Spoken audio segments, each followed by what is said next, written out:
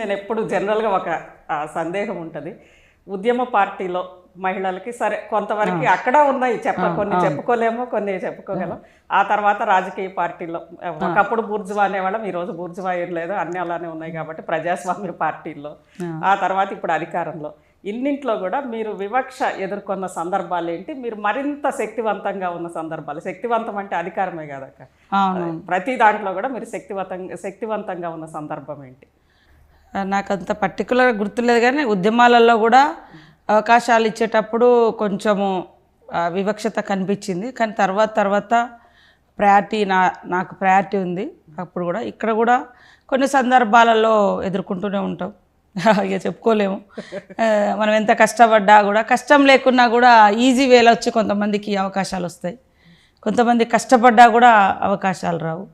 రకరకాల కారణాలు ఉన్నాయి ఈరోజు సమాజంలో. కుటుంబ నేపథ్యాలు, డబ్బు, హోదా, క్యాస్ట్, అందులో మహిళలు అంటే ఎన్నో రకాల ప్రాబ్లమ్స్ ఉంటాయి. మాలాంటి వాళ్ళం నాకు ఈరోజు గొప్ప అవకాశం వచ్చింది. ఒక జనరల్ శాఖకు ఒక ఆదివాసీ మహిళగా, బహుశా ఫస్ట్ టైం అనుకుంటా, దేశంలోనే కూడా ఫస్ట్ టైం ఏమో, ఒక గొప్ప అవకాశం వచ్చింది. దాన్ని నిలబెట్టుకోవడానికి నేను చాలా స్ట్రగుల్ చేయాల్సి వస్తుంటుంది.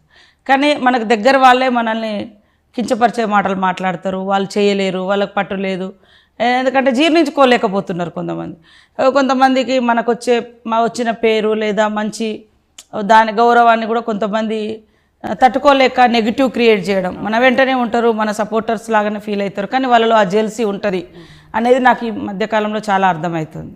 అంటే మనం ఎంత పట్టుదలగా పనిచేసినా రకరకాల వేల ద్వారా మనల్ని తగ్గించాలనేటువంటి కుట్రలు ఎప్పుడు విన్నట్టు, అంటే పొలిటికల్గా అది ఉంటుంది. అందులో మనలాంటి కింది వర్గాల నుంచి వచ్చినప్పుడు ఒక ఆదివాసీ మహిళగా చాలా, కానీ నాకు అధిష్టానంలో కానీ పార్టీ లీడర్స్లో చాలామంది ఎంకరేజ్ చేసేవాళ్ళు. కొంతమంది ఎంత చేసినా అది మనం కష్టపడుతున్న దానికి ఎంకరేజ్ చేయకుండా ఆమెంది అనే యాంగిల్లో అది కూడా కొంచెం ఎదుర్కొంటుంటాం అప్పుడప్పుడు. ఇంకా అందరూ